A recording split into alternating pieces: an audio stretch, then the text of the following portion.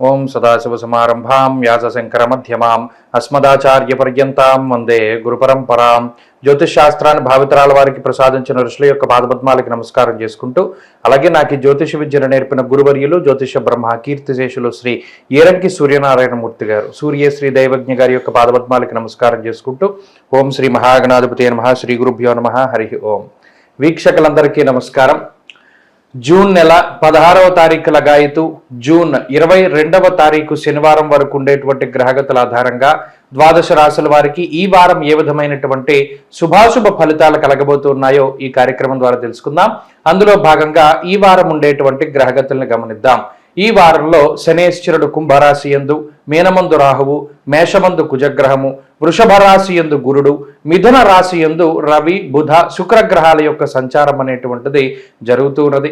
అలాగే చంద్రుడు కన్యా, తుల, వృశ్చిక రాశుల యందు సంచరించబోతూ ఉన్నారు. కేతు కన్యా రాశి యందు ఉన్నారు. ఇటువంటి పరిస్థితుల్లో ద్వాదశ రాశుల వారికి ఏ విధమైనటువంటి శుభాశుభ ఫలితాలు కలగబోతున్నా తెలుసుకుందాం.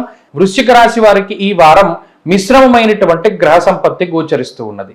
ప్రత్యేకించి ఈ రాశి వారికి గ్రహాలు ఎక్కువ సంఖ్యలో అష్టమ స్థానమందు కేంద్రీకృతం అవుతూ ఉండడం అనేటువంటి విషయం కొంత వ్యతిరేకమైనటువంటి ఫలితాలను ఇస్తూ ఉన్నది. అయినప్పటికీ శుక్రుడు యోగిస్తూ ఉండడం, గురుబలం ఉండడం, కుజుడు అనుకూలంగా ఉండడం, అలాగే చంద్రబలం ఉండడం వెరసి 4 గ్రహాల తాలూకు శుభ ఫలితాలు అనేటువంటివి ఈ రాశి వారికి రానున్నాయి. ఈ గ్రహ సంపత్తి ప్రత్యేకించి ఆరోగ్య పరిస్థితులపై ప్రభావాన్ని చూపెడుతుంది. ఆర్థిక పరిస్థితులపై, అలాగే రుణగ్రస్తులైనటువంటి వృశ్చిక రాశి వారిపై, అలాగే కోర్టు కేసులు, ప్రభుత్వ సంబంధమైనటువంటి ఇబ్బందులు పాలవుతూ ఉన్నటువంటి వారిపై ఈ గ్రహస్థితి ప్రత్యేకమైనటువంటి ప్రభావాన్ని చూపెడుతుంది. అనగా వృశ్చిక రాశి వారికి ఒకటి ఆర్థిక పరిస్థితి మెరుగవుతూ ఉంటుంది. దీనివల్ల వచ్చేటువంటి ఆదాయాన్ని రుణాలను తగ్గించేటువంటి విధంగా మీరు ముందుకు తీసుకువెళుతూ ఉంటారు. వచ్చినటువంటి ఆదాయం చేతిలో నిలవకపోయినప్పటికీ కూడా ఆ ఆదాయాన్ని సక్రమమైనటువంటి మార్గంలో ఖర్చు పెట్టడం అనేటువంటిది కూడా ఒక మంచి విషయంగా చెప్పచ్చు. అంతేకాక సంతాన పురోగతి ఈ వారంలో ఎక్కువగా కనబడుతూ ఉన్నది. అలాగే శత్రువులను తగ్గించుకునేటువంటి ప్రయత్నం చేస్తారు. మరీ ముఖ్యంగా ఆచితూచి నిర్ణయాలు తీసుకుంటారు. ఎక్కువ కోపాన్ని ప్రదర్శించకుండా ఎక్కడ మాట్లాడాలో ఎక్కడ మాట్లాడకూడదో అనేటువంటి ఆ వ్యత్యాసాన్ని తెలుసుకొని చాకచక్యంగా లౌకికమైనటువంటి విధానంలో ముందుకు సాగుతూ ఉంటారు.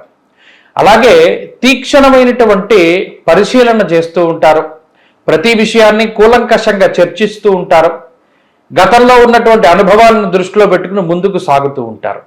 ఈ రకమైనటువంటి మేధస్సు, మెచ్యూరిటీ అనేటువంటిది వృశ్చిక రాశి వారు కనబరుస్తూ ఉంటారు. దానికి కారణం ఈ గ్రహస్థితి.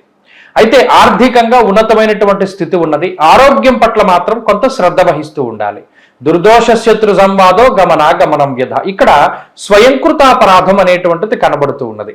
ఆరోగ్య విషయాల్లో సొంతంగా మీకు మీరుగా తీసుకున్నటువంటి నిర్ణయాల వల్ల ఇబ్బందులు పాలయ్యేటువంటి పరిస్థితులు, అనవసరమైనటువంటి ప్రయాణాల వల్ల అలసిపోతూ ఉండడం లాంటివి కనబడుతూ ఉన్నాయి. అలాగే కుటుంబ సభ్యుల యొక్క సహకారం ఉంటుంది. విద్య, ఉద్యోగము, వ్యాపార పరిస్థితులన్నీ కూడా చాలా సానుకూలంగా ఉన్నాయి. అలాగే వృశ్చిక రాశికి సంబంధించినటువంటి స్త్రీలకి కూడా ఈ గ్రహ సంపత్తి మంచి ఫలితాన్ని ఇస్తుంది. అనగా కుటుంబ సభ్యుల యొక్క సహకారము, తోబుట్టువుల యొక్క అభివృద్ధి, అలాగే కుటుంబ పరంగా ఉండేటువంటి ఇబ్బందులు, దోషాలు తొలగిపోతూ ఉండడం, ఉద్యోగ వ్యాపారాలలో అనుకూలమైనటువంటి గ్రహస్థితి. ఈ రకంగా వృశ్చిక రాశి వారికి ఈ వారం మంచి ఫలితాలు గోచరిస్తూ ఉన్నాయి. ఈ వారంలో మరింత అనుకూలమైనటువంటి ఫలితాలను సాధించడానికై సుబ్రహ్మణ్యేశ్వర స్వామి వారి యొక్క ఆరాధన చేస్తూ ఉండడం చెప్పదగినటువంటి సూచన. ఈ వారంలో కలిసొచ్చేటువంటి రోజు గురువారంగా చెప్పవచ్చును. అదృష్ట సంఖ్య 4, అదృష్ట